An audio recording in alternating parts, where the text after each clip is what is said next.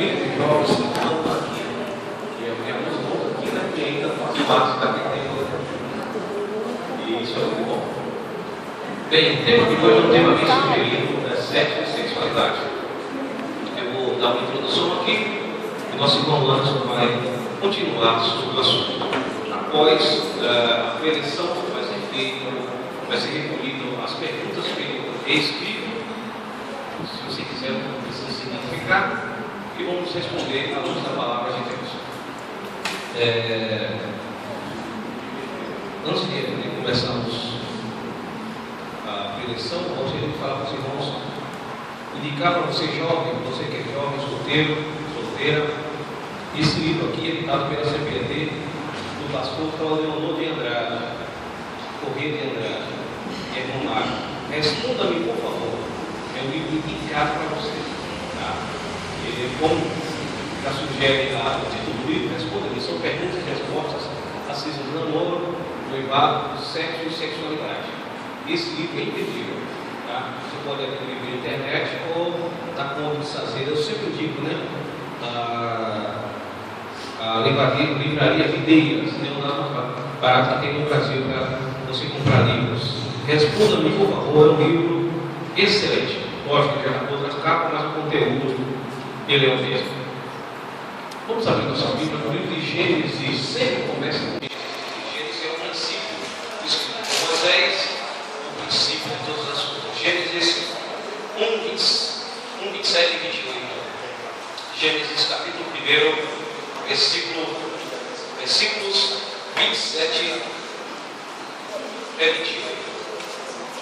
Eu vou ler na nova versão internacional. Ele criou Deus o homem à sua imagem, a imagem de Deus o criou.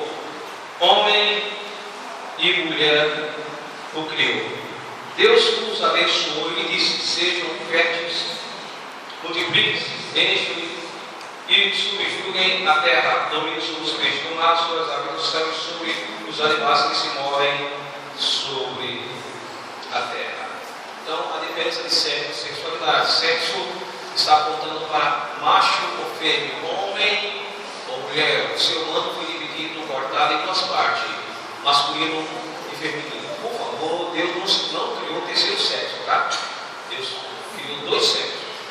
Quando um bebê nasce, ou é macho ou é fêmea. Não tem mais ou menos, ou meio assim, tá? Ou macho ou fêmea. É isso que a Bíblia diz. E aí, sexo é um dom de Deus. Quem criou o sexo? Deus. Pode falar sem medo, Deus criou o sexo.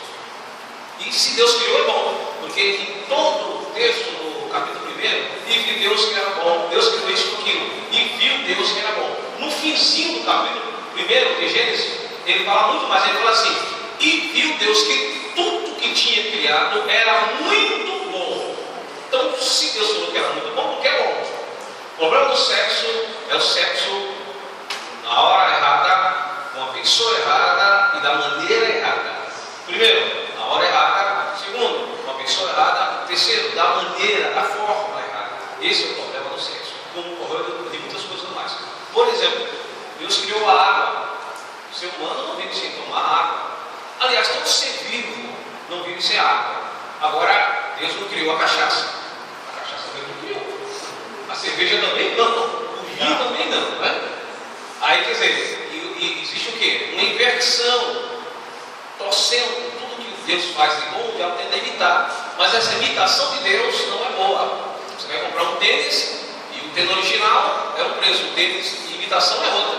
Você já vai ver que é o original e o que não é pelo preço. Lógico que o original vai durar mais, e a imitação não vai durar muito. O CD, um DVD, tem o original e tem o pirata. O original é mais caro, o pirata é mais barato, porém vai ser outro aparelho. A mesma coisa a questão sexual, a questão do sexo. Deus criou o sexo para ser usado na hora certa, com a pessoa certa, da maneira certa, não tem problema nenhum, dentro do âmbito do casamento, não tem problema, é bênção. Fora do casamento já não é bênção, já é maldição. No tempo errado já não é bênção, já é maldição. Com a pessoa errada já não é bênção, já é maldição. Não somente sexo, mas tudo, mas como nós não falamos sobre sexo, é isso aí. 2:24, Gênesis capítulo de número 2, versículo de número 24. É o versículo que eu sempre mostro nas preleções, nas palestras. Gênesis 2, 24. Por essa razão, o homem deixará o seu pai e se unirá à sua mulher, e eles tornarão uma só carne. Então, a aplicação do sexo aqui dentro do casamento. Gênesis 2, 24. Gênesis 1, 26, a formação do homem e da mulher. Gênesis 1, 28, o primeiro casamento, quem fez o primeiro casamento foi Deus, tá? E Gênesis 2, 24, a realização e a ordem do casamento. Sexo dentro do casamento. Isso é muito importante, você pode conferir lá em Hebreus, capítulo 13. Hebreus, capítulo de número 13. Olha o que diz aqui a palavra de Deus em Hebreus, capítulo de número 13, versículo 4. Casamento deve ser honrado por todos. O leito conjugal conservado puro, pois Deus julgará os imorais e os adúlteros. Hebreus 13, 4. A palavra leito aí não é cama, tá? A palavra leito vem do grego oiti. Oiti fala de relação sexual, ok? A palavra aí, leito, é uma metáfora, tá? É pregado, indicado no sentido da metáfora, então figura de imagem, para mostrar a relação sexual entre um homem e uma mulher. Deixa bem claro, tá? Entre um homem e uma mulher dentro do casamento. Então, qual o problema do sexo? Se o sexo foi criado por Deus, se Deus criou o sexo é bíblico e é coisa boa, qual o problema do sexo? O problema do sexo está na hora, praticar na hora errada. Isso está em Eclesiastes, capítulo 3, versículo de 1 a 5. Eclesiastes, capítulo 3, versículo de 1 a 5. Vou citar só os 5, tá? Eclesiastes 3, 5. Diz assim: tempo de namorar e tempo de se conter, diz a minha NVI, Nova Versão Internacional. A sua versão poderá dizer assim: tempo de namorar e tempo de afastar-se de namorar. A minha já é mais direta, fala de se conter. Então, o sexo deve ser praticado na hora certa. Na hora certa. Quando o sexo é praticado na hora errada, existem prejuízos, existem problemas. O sexo em si não é problema, mas praticado na hora errada, problema. Por exemplo, sexo na adolescência geralmente dá problema. Por quê? Porque não é o tempo ainda. Tudo tem um tempo determinado nessa face da terra. Se praticar na hora errada, com certeza vai ter problema. Por exemplo, a irmã vai cozinhar um feijão, um arroz, aí tira na hora, antes da hora, o que é que pode acontecer? A comida vai sair crua, vai fazer um bolo de um bolo, fora da hora, fora do ponto, vai dar problema. Alguém vai falar: mas o bolo está cru, o bolo não assou direito. A mesma coisa, a questão sexual. Se sendo praticada na hora errada, vamos ter problemas, com muitos problemas. 2. O sexo com a pessoa errada. Provérbios, capítulo 2, versículo 16. Livro de Provérbios, capítulo 2, versículo de número 16. Diz assim a palavra de Deus: ela também o livrará da mulher imoral, da pervertida, que seduz com suas palavras. Aqui fala da prostituição, da mulher adúltera. Quer dizer, sexo com uma pessoa errada. Sexo deve ser com uma pessoa certa, dentro do casamento, com uma pessoa certa. Não vai ser maldição, e sim vai ser bênção. Em 2 Coríntios 6 e 14, anote aí, 2 Coríntios 6 e 14, tem indicação também o sexo com uma pessoa errada. Segundo aos Coríntios, capítulo 6, versículo 14, eu vi que a Bíblia parece até de cor, né? Não busquem tais a um julgo desigual. Que sociedade tem a luz com as trevas, entre Cristo e Belial, entre o tempo do Deus vivo e o tempo dos pagãos?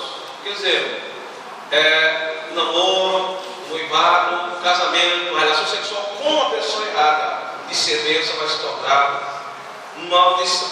Não somente o sexo é problema, pode se tornar um problema no tempo errado com a pessoa errada,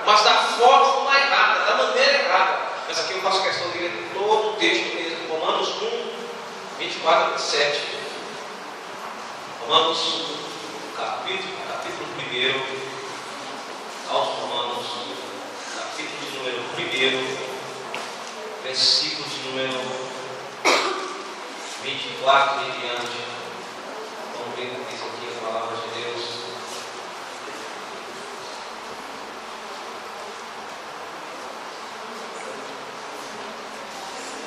Diz assim: isso porque Deus entregou as impurezas sexuais, segundo os desejos pecaminosos do seu coração, para desagradação do seu corpo entre si. Trocaram a verdade de Deus pela mentira, adoraram e serviram as coisas a serem criadas no lugar do Criador, e é bendito para sempre. Amém. Por causa disso, Deus entregou as paixões vergonhosas. Até suas mulheres trocaram suas relações naturais por outras contrárias à natureza. Da mesma forma, os homens também abandonaram as relações sexuais com as mulheres e se inflamaram da paixão um pelos outros, começando a cometer atos indecentes, homens com homens, receberam em si mesmo castigo merecido pela sua perfeição. Olha, linguagem forte, né? A gente veio para uma linguagem muito forte, uma linguagem direta, uma linguagem atual, moderna, uma linguagem acessível para o dia de hoje. Então, não somente no tempo errado, não somente com a pessoa errada, mas também na maneira. Às vezes estamos praticando no tempo certo, dentro do casamento, com uma pessoa certa, mas de maneira errada. Então é importante o que a Bíblia tem que dizer sobre isso, sobre a questão da perfeição sexual. Ok? Muito cuidado com livrinhos, com revistas e com programas que se dizem orientadores sexuais. Muito cuidado com professores, com pessoas que se dizem sexólogos e não estão ensinando à luz da palavra de Deus. Porque a pessoa pode ser um sexólogo, uma sexóloga, porém está ensinando fora dos padrões divinos. Então é melhor recorrer à Bíblia, recorrer à palavra de Deus. O que a Bíblia tem a dizer sobre isso? Porque o artista fulano de tal, que é famoso, falou isso. Porque o político falou isso, porque uma pessoa famosa e querida falou isso. Mas o que a Bíblia tem a dizer? Vamos ver o que a Bíblia tem a dizer sobre determinado assunto. Então é importante entender a questão do sexo. Agora, a santidade do sexo. Primeiro, o que a Bíblia fala sobre virgindade? Vale a pena esperar até o casamento? Vale a pena ser virgem? Quais as implicações em ser virgem até o casamento? Quais as dificuldades e os problemas que os jovens poderão enfrentar por não observar esse pormenor que a Bíblia observa, que a Bíblia fala? Então, vamos ver. Primeiramente, eu gostaria de falar para vocês, para quem está escrevendo aí, que existem 3 tipos de virgindade, tá? Moral, física e espiritual. Vamos repetir? 1, 2, 3. Moral, física e espiritual. O que é virgindade moral? Virgindade moral fala da moralidade, da lei moral que Deus inseriu na mente de cada ser humano. Todo ser humano, quando nasce, ele não sabe, ele nasce zero, zero de conhecimento. À medida que ele vai crescendo, à medida que vamos desenvolvendo, vamos aprendendo muitas coisas. Mas a lei moral já está dentro, já está inserida na mente de cada ser humano, inserida por Deus, desde o nascimento, desde a concepção, já está inserida na mente dele. Então, a lei moral é importante. Então, a questão da virgindade moral. Então, muitos jovens se dizem virgens fisicamente, mas moralmente não é virgem. É isso que temos que entender. Vamos lá em Ezequiel 23, 2 a 3. Uma linguagem forte, linguagem aqui, mas é importante. O livro do profeta Ezequiel, capítulo de número 23, a começar no versículo 2. Ezequiel 23 e 2. Filho do homem, existia 2 mulheres filhas da mesma mãe. 3. Elas se tornaram prostitutas no Egito, envolvendo-se na prostituição desde a juventude. Naquela terra, os seus peitos foram acariciados, os seus seios virgens foram apagados. Quer dizer, o que o texto Lógico, o texto está mostrando sobre a questão de Judá, sobre a questão de Israel, simbolicamente, mas de uma maneira direta, de uma maneira no sentido sexual, no sentido da pureza sexual, no sentido moral em relação ao ser humano. O que o texto quer dizer? Que alguém, no namoro, no noivado, antes do casamento, está dois jovens namorando, uma moça e um rapaz namorando, eles podem ser virgem fisicamente, mas se começarem a cometer carícias avançadas, eles perderam a virgindade moral. É isso que a Bíblia está falando aqui, ok? Então não basta ser virgem fisicamente, é preciso ser virgem moralmente também. Isso é muito importante. Não basta ser virgem fisicamente, é preciso ser virgem moralmente. Vamos repetir? 1, 2, 3.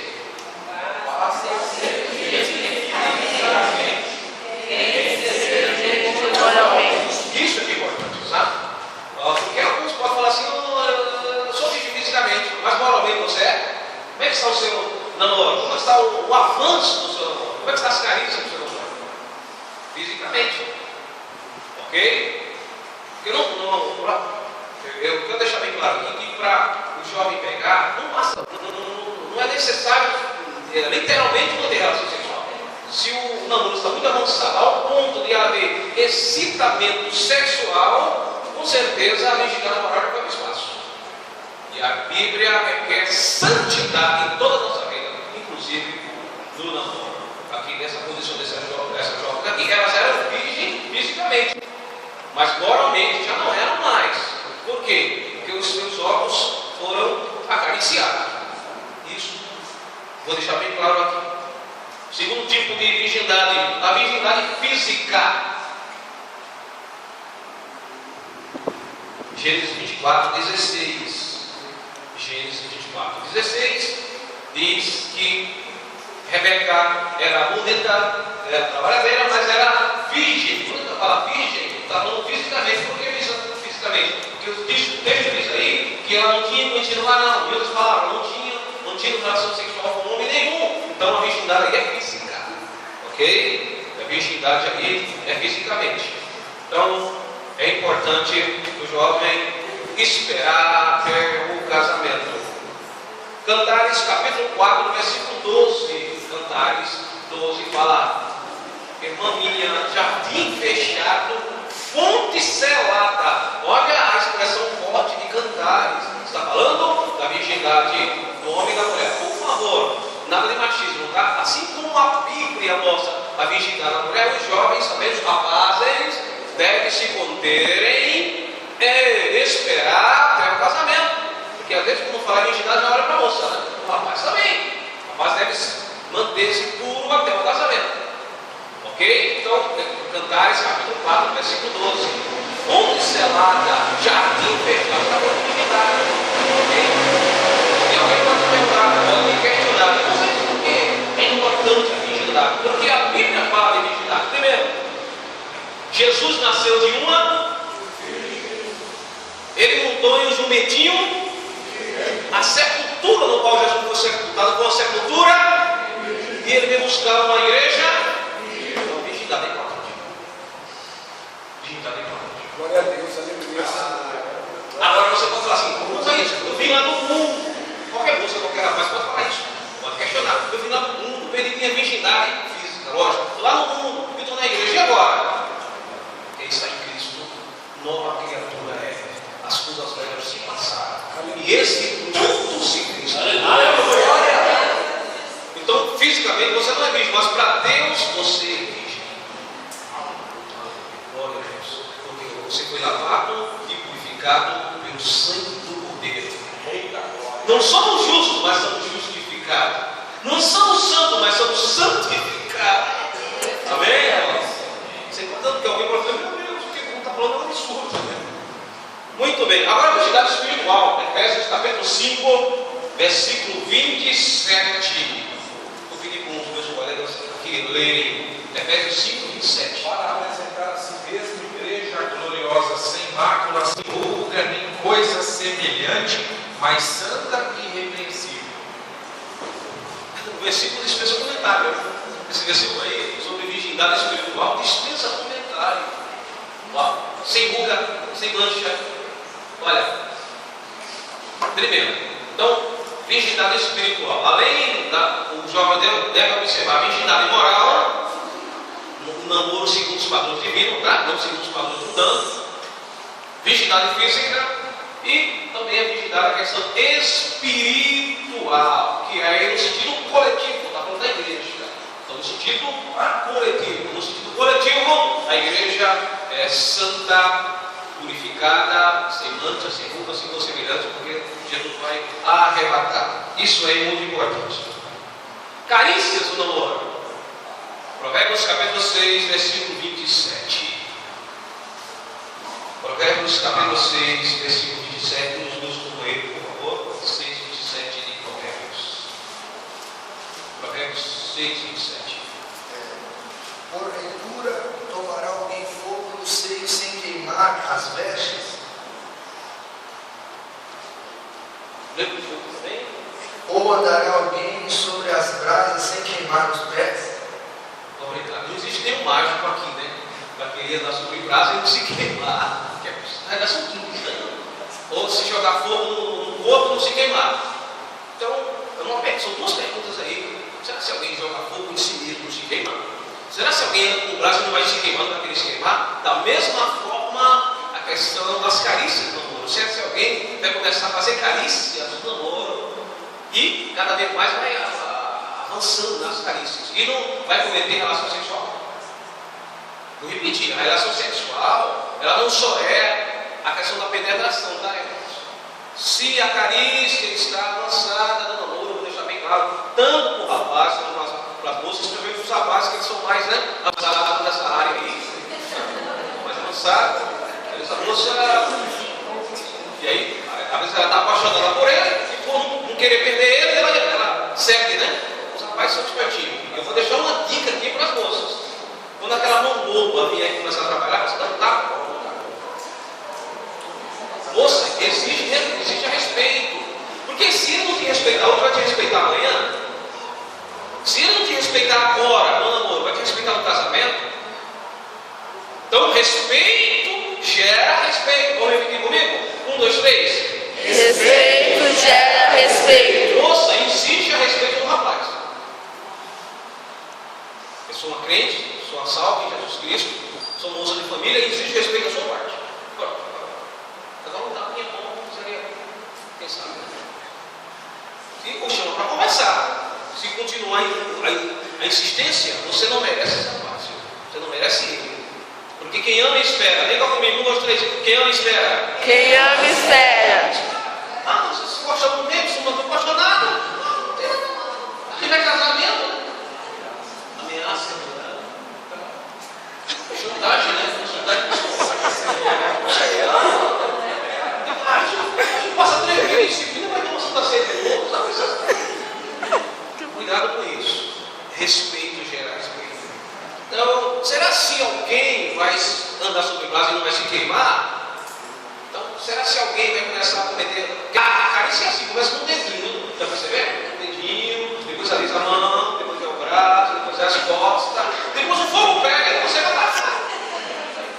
Você não paga. Então é importante evitar. Vão ser os limites de santidades e o que deve se fazer para evitar uma relação sexual pré-conjugal. Primeiro, defraudação. O que a Bíblia fala sobre defraudar? O que é defraudação? O que é fraude sexual? Fraude sexual é qualquer coisa que ele faz, que ela faz, que excita sexualmente. Qualquer coisa do namoro que vai incitar seu namorado, vai incitar o seu namorado, é uma defraudação sexual. Não é? Uma roupa muito curta, muito folgada, muito apertada, transparente, não é? Um toque, qualquer toque em algum lugar que vai despertar sexualidade ou desejo sexual, é uma defraudação. Então não começa logo na concupiscência, começa na defraudação, ou fraude sexual. Segundo, concupiscência. O que é concupiscência? Do grego é epidemia. Quem está escrevendo aí, tá? Epidemia. Epidemia é do grego concupiscência. O que significa epidemia? Concupiscência. Desejo sexual incontrolável. Por isso que é bom evitar a carícia no namoro. Por quê? Porque pode levar à concupiscência. A depravação leva à concupiscência. Ele pode virar uma coisa incontrolável e aí a relação sexual, infelizmente, não tem como evitar. E o que é lascívia no sentido sexual, no contexto sexual? Significa tudo que desperta a sexualidade. Tudo que desperta o sexo é chamado de lascívia. Defraudação, algo que você faz, uma ação que você faz, que desperta a sexualidade. Concupiscência, desejo sexual incontrolável. Lascívia, tudo que desperta a sexualidade. Por exemplo, alguém pode me fazer uma pergunta, o escrito aí, né? Quem sabe depois. Eu vou responder logo agora, tá? O beijo de língua é excitante. Alguém pode perguntar? E aí, a minha resposta é o seguinte: dependendo de quem está beijando, da forma que está beijando e do estado emocional. Esse estado emocional. Ok? Tem hora que você está em comunhão com Deus, né? 10% de carne, 90% de espírito, não vai ter problema. Mas tem hora que inverte a coisa. É 90% de carne e só 10% de espírito, irmão. Aí não tem jeito. Ok? Agora é forte que eu vou falar para vocês, né? Está sendo gravado aí. É forte que eu vou falar para vocês. Dependendo da maneira como o beijo na boca é dado, dependendo da maneira, é a introdução da relação sexual. Vou repetir, tá? Dependendo da maneira como o beijo na boca é dado, é uma introdução da relação sexual. Portanto, muito cuidado nessa área e peça a sabedoria a Deus. A sabedoria é tudo. Tiago, capítulo 1, diz que quem não tem sabedoria, peça a Deus que Ele dá. E não dá como, assim, jogando no rosto. É isso que Tiago diz, Tiago capítulo 1. Então é importante essa explicação. Masturbação é uma experiência mais frequente, né? Romanos capítulo 6, versículo 13. Romanos capítulo 6, versículo de número 13. A Bíblia não é um manual das pequenas coisas, mas a Bíblia tem muita coisa. Romanos 6 e 13. Nem tampouco apresentei os vossos membros ao pecado por instrumentos de iniquidade, para apresentar-vos a Deus como vivos dentre os mortos, e os vossos membros a Deus como instrumentos de justiça. Repita a palavra membros. Diga Membros. Obrigado. Membros aí não é membro do corpo de Cristo, tá, irmãos? Tem que ter um contexto aí. Membros aí não é membro de carteirinha, membro da Assembleia de Deus, membro da Deus é Amor, membro do Brasil para Cristo, membro da Batista. Nada dos membros aí é os órgãos sexuais, tá? O contexto está falando sobre sexo. Então, membros aí é os órgãos sexuais, masculinos e femininos. Ok? Então, os membros com instrumento de iniquidade. Ele está falando da masturbação. Não reine, portanto, o pecado em vosso corpo mortal. Está falando. Muito bem. O próximo versículo que é? O 12. Está bem claro. Então, esse está falando sobre pureza sexual. Os romanos eram uma raça depravada. Os romanos, se você estudar a história dos romanos, tempo de Cristo, era uma raça depravada, prostituição. E isso influenciava a igreja. Eles se convertiam uma igreja e continuavam praticando imoralidade. Aí o preciso que Paulo escrevesse essa epístola, especialmente no capítulo 6, tem um capítulo que fala sobre salvação, sobre pecado, sobre purificação do corpo. Hoje fala sobre o corpo, né? Os pregadores pregam sobre a alma, pregam sobre o espírito, pregam sobre prosperidade, pregam sobre o som, pregam sobre a graça, menos sobre o corpo, a santificação do corpo. Então, menos aí órgãos sexuais femininos e órgãos sexuais masculinos. Se por acaso algum rapaz aqui ou alguma moça tem problema nessa área, vamos orar que Deus pode te libertar. Eu digo libertar porque pode se tornar um vício. E quando se torna um vício, você se torna escravo. E quando se torna escravo, você precisa de uma libertação. E Deus, nesta manhã, está nos tratando no profundo para que possamos ser jovens livres. Não somos escravos, somos livres. Pela graça de Deus ele nos livrou. Agora não podemos se colocar debaixo da servidão. 2 Coríntios 5 e 10, para nós fecharmos aqui, tá, irmãos? Passar por bom Anderson. 2 Coríntios, capítulo 5, versículo de número 10. Quem achou? 5 e 10. 2 Coríntios 5 e 10. Porque importa que todos nós compareçamos perante o tribunal de Cristo, para que cada um receba segundo o bem ou mal que tiver feito por meio do corpo. Muito obrigado. O meio do corpo, o bem e o mal, o meio do corpo. Quando Cristo nos arrebatar a igreja, quem vai subir? O Espírito, a alma, o corpo ou os três? Quando chegarmos ao tribunal de Cristo, o que vai ser julgado? O Espírito, a alma, o corpo ou os três?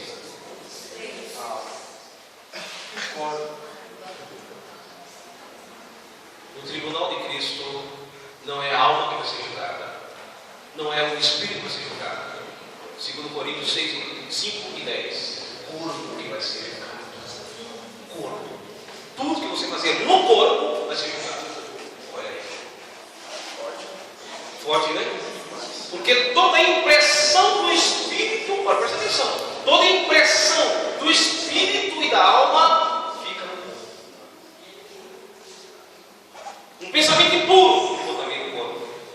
Um olhar de rabo-x para uma irmã vai ficar no corpo. Olhar de rabo-x. E a moça faz olhar de rabo-x. Olha, sabe aquele olhar assim? E a moça fica aí. Ela fica incomodada. Ela baixa a cabeça e fica incomodada. Porque ela faz isso. Só vai comer com os olhos. Isso vai dar impressão no corpo. Então, no dia, no julgamento, não vai ser nossa alma julgada, nem nosso espírito, vai ser o nosso corpo. Então, deixa essa bem claro para vocês aqui, porque o Espírito Santo está preocupado com o nosso corpo. O corpo é pó e o pó vai voltar. Isso é verdade, vai voltar. Mas antes de ele voltar para o pó, nós vamos ser transformados num abrir e fechar de olhos. Mas só vai ser transformado quem já é transformado. Para ser transformado, você tem que ser transformado primeiro.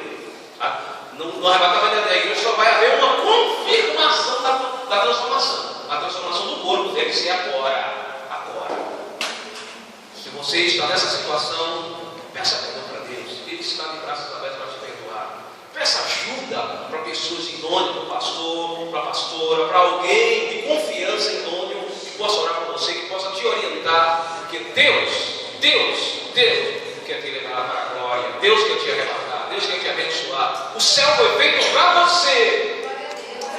O céu foi feito para você. Vou repetir. O céu foi feito